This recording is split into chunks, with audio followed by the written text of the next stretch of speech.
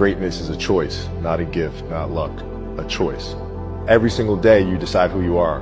When that alarm goes off, when your body's tired, when nobody's watching, that's when it's built. That's when character gets tested. Discipline, focus, consistency, those are the things that separate average from elite. Everybody wants to win, but not everybody wants to prepare. Not everybody wants to sacrifice their comfort for growth.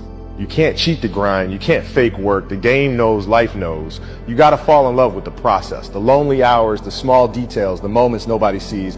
That's where the greatness hides. And when you fail, because you will, you study it, you adjust, you learn, you don't complain, you evolve. You take that pain and turn it into fuel. That's the difference. That's what defines you. See, success isn't something you chase. It's something you attract by becoming the person who deserves it.